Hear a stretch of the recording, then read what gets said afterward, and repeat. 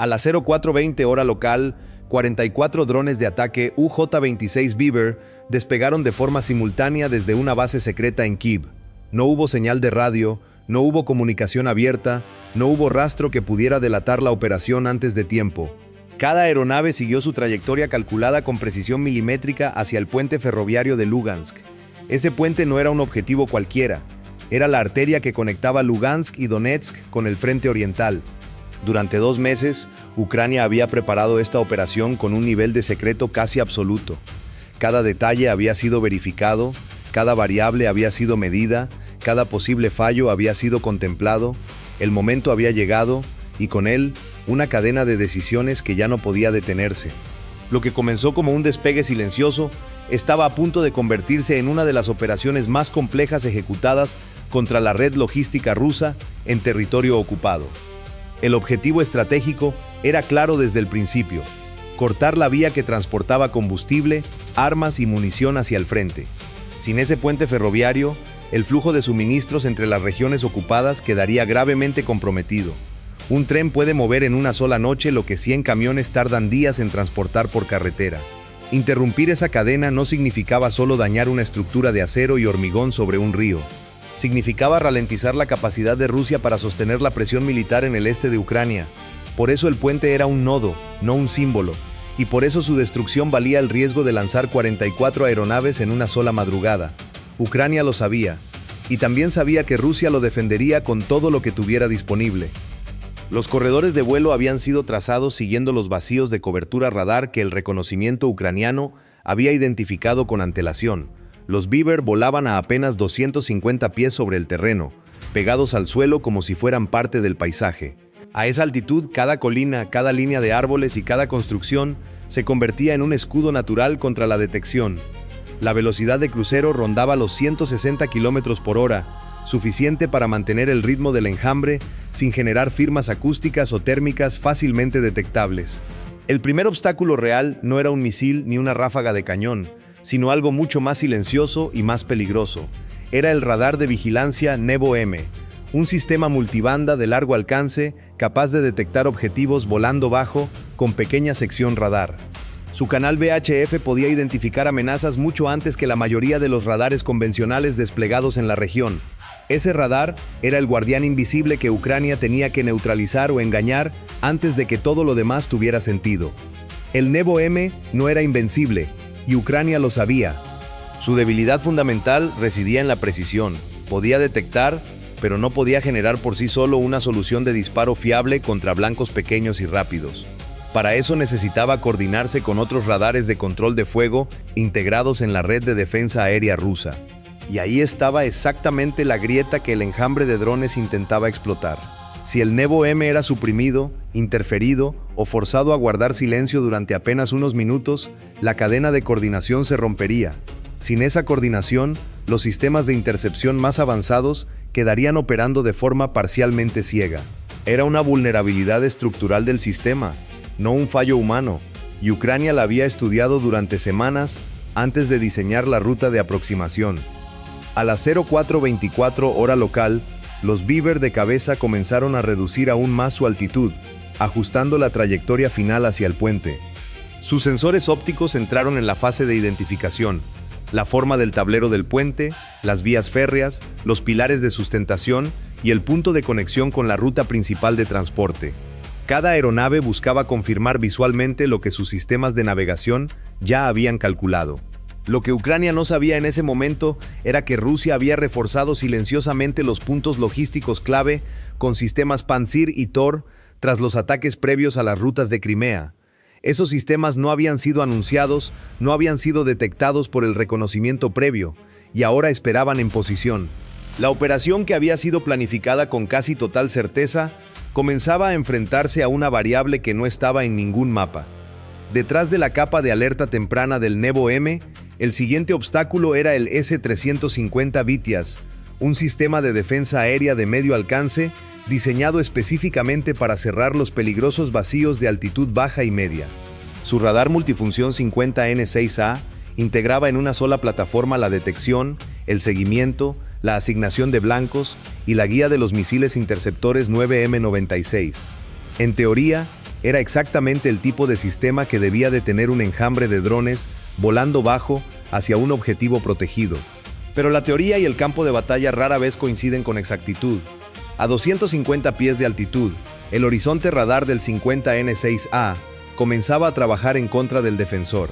La interferencia del terreno, los edificios, las vías del tren, los postes eléctricos y las estructuras metálicas alrededor del puente degradaban la señal reflejada por los pequeños Beaver.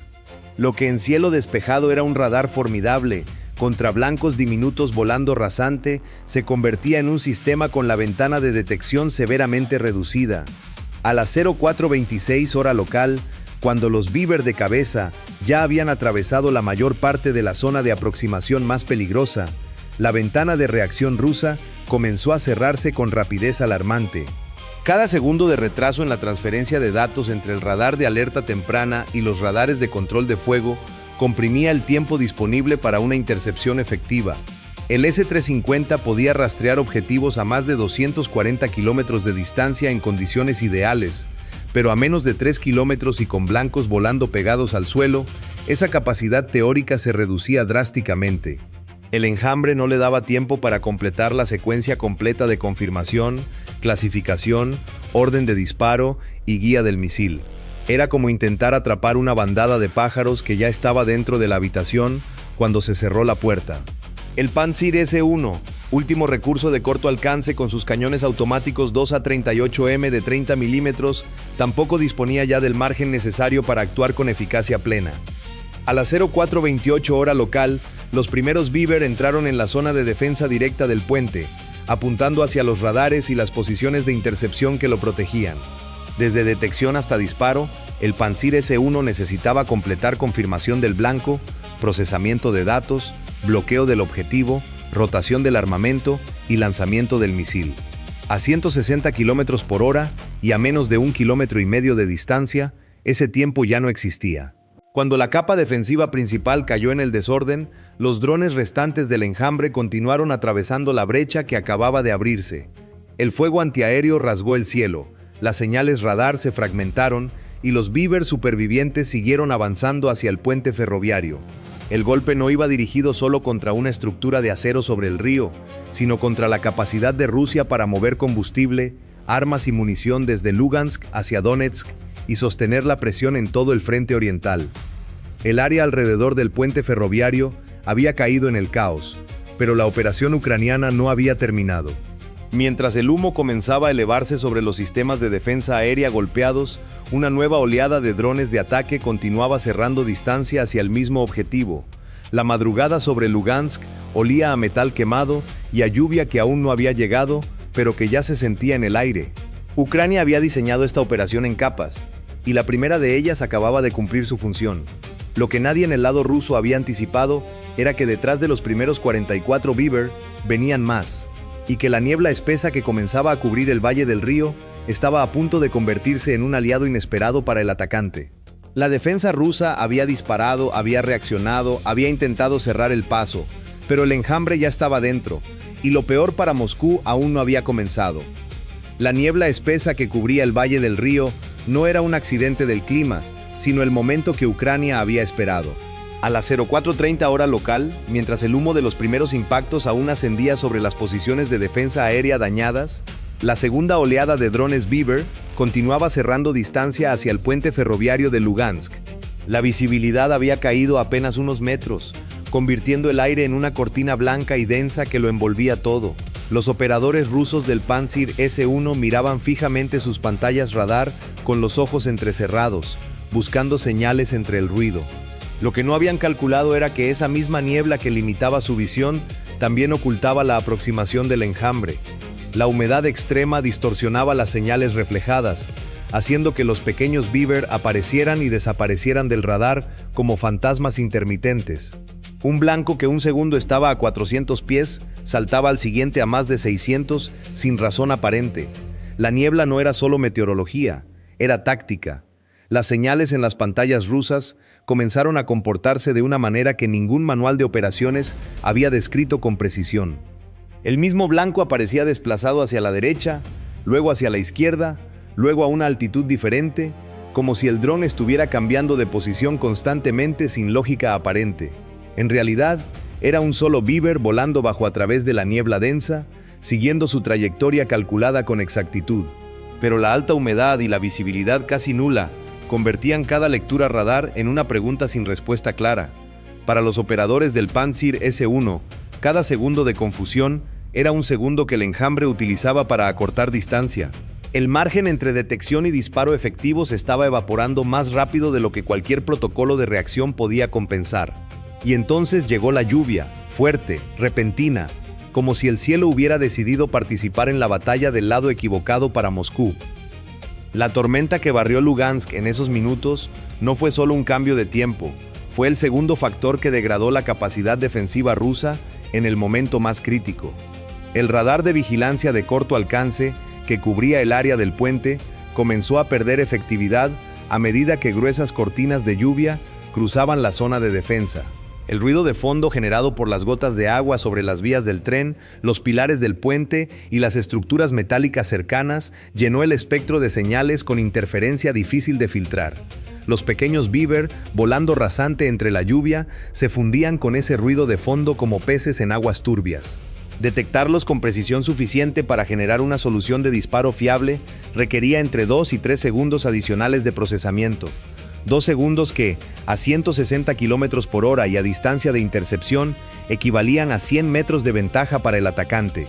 El sistema defensivo ruso no estaba fallando por incompetencia, estaba siendo superado por las condiciones que el enjambre había elegido para atacar. La diferencia entre una defensa que funciona y una que colapsa puede medirse en segundos y en milímetros de lluvia.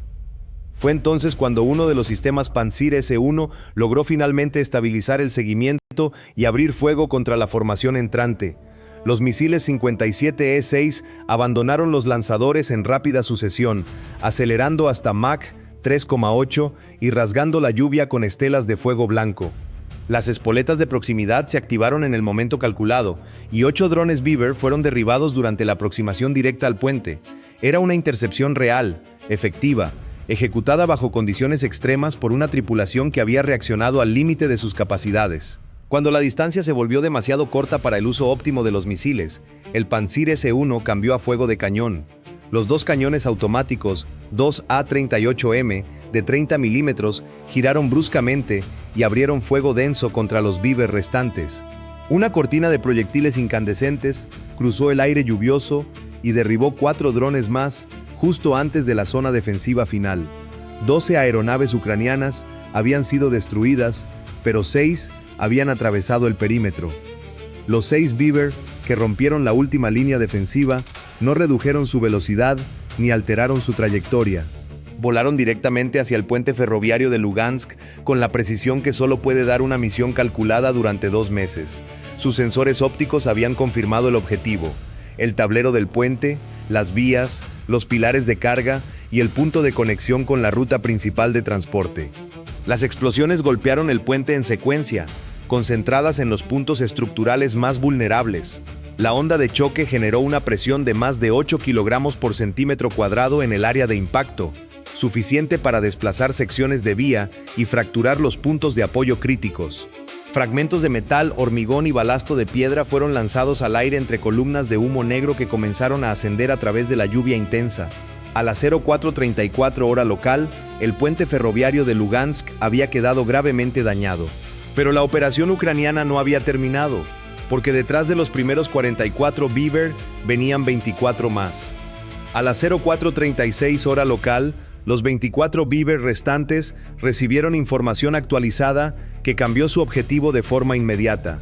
Un tren ruso cargado con armas y munición había cruzado el área y continuaba avanzando hacia el frente oriental.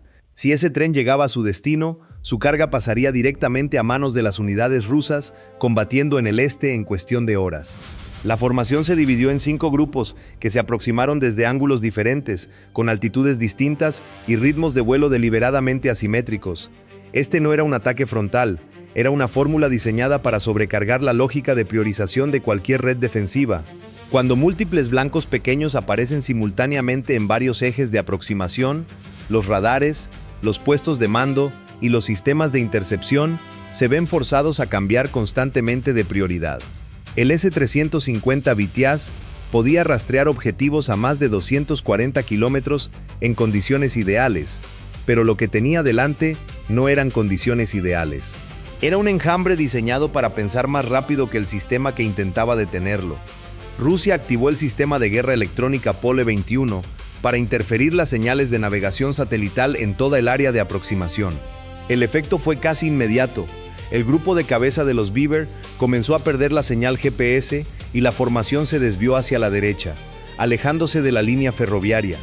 En la pantalla de control ucraniana, las trayectorias ya no eran tan estables como antes, pero los operadores ucranianos no esperaron, cambiaron de inmediato al modo autónomo.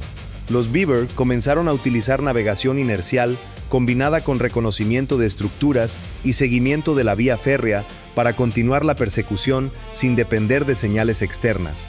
Seguían la forma de los raíles, los postes eléctricos, las pequeñas estaciones, las curvas de la vía y la dirección de movimiento del tren para corregir su propio rumbo. Un grupo aceleró y se adelantó al tren, apuntando no a los vagones en movimiento sino a la sección de vía que tenía delante. Si el tren no podía ser golpeado mientras se movía, su ruta sería cortada primero, convirtiendo un objetivo difícil en uno atrapado. Los primeros Beaver del grupo de bloqueo impactaron la vía directamente delante de la locomotora, doblando uno de los raíles y desplazando los durmientes de su posición. El segundo impacto amplió el área destruida y convirtió esa sección de vía en una ruptura peligrosa e infranqueable. Desde la cabina de la locomotora, la tripulación rusa comprendió en segundos lo que significaba esa vibración que llegaba desde los raíles. Aplicaron el freno de emergencia y las ruedas de acero rechinaron en un chirrido largo y agudo, mientras el peso enorme del tren presionaba hacia adelante por inercia. La velocidad cayó rápidamente, y lo que había sido un objetivo móvil y difícil de interceptar se convirtió en una masa pesada, lenta y casi inmóvil sobre la ruta de refuerzo. El primer grupo atacó la locomotora directamente, detonando contra el compartimento de potencia donde se concentraban el motor, las líneas de combustible y el panel de control principal. La ojiva de aproximadamente 23 kilogramos generó una presión superior a 7 kilogramos por centímetro cuadrado, suficiente para desgarrar los paneles de acero y destruir el sistema eléctrico. Un estallido de fuego brotó del morro del tren y la locomotora dejó de ser una máquina para convertirse en un obstáculo que bloqueaba toda la ruta. El segundo grupo se lanzó sobre el tercer vagón, que transportaba combustible inflamable. Cuando la ojiva penetrante detonó, los fragmentos calientes y la presión de la explosión desgarraron el cuerpo del vagón y encendieron el vapor de combustible casi instantáneamente. Una columna de fuego naranja y rojo brotó por ambos lados del vagón, se derramó sobre el balasto y se extendió a lo largo de los raíles. La temperatura en la zona de combustión superó los 800 grados Celsius, suficiente para doblar el acero delgado y enterrar el área en humo negro y denso. El tercer grupo apuntó al vagón número 12, donde se almacenaban munición y material militar. El Beaver cortó el borde del humo y golpeó directamente el cuerpo del vagón, lanzando fragmentos calientes al interior y creando una serie de puntos de ignición que desencadenaron explosiones secundarias cortas y agudas. El cuarto grupo se lanzó sobre el vagón número 18, en la sección trasera del tren, y la explosión que siguió arrastró consigo los vagones del fondo en una cadena de detonaciones que lanzó puertas de acero al aire y desalineó varios vagones de los raíles. A las 04:41 hora local, el tren de suministros ruso había quedado completamente inutilizado. La línea ferroviaria que durante meses había transportado combustible, armas y munición hacia el frente oriental se había convertido en una larga franja de fuego corriendo a través de Lugansk bajo la lluvia que no alcanzaba a apagar nada. Lo que Ucrania había demostrado esa madrugada no era solo capacidad de destrucción, era la habilidad de desmantelar un sistema logístico completo, atacando sus nodos en el orden correcto y en el momento preciso. Cada tren que no llega al frente es munición que no se dispara, combustible que no mueve blindados y presión que no se sostiene. Si esta operación te ha parecido un análisis que vale la pena compartir, dale a me gusta, suscríbete al canal y activa las notificaciones para no perderte los próximos análisis militares. Y dinos en los comentarios, ¿qué ruta logística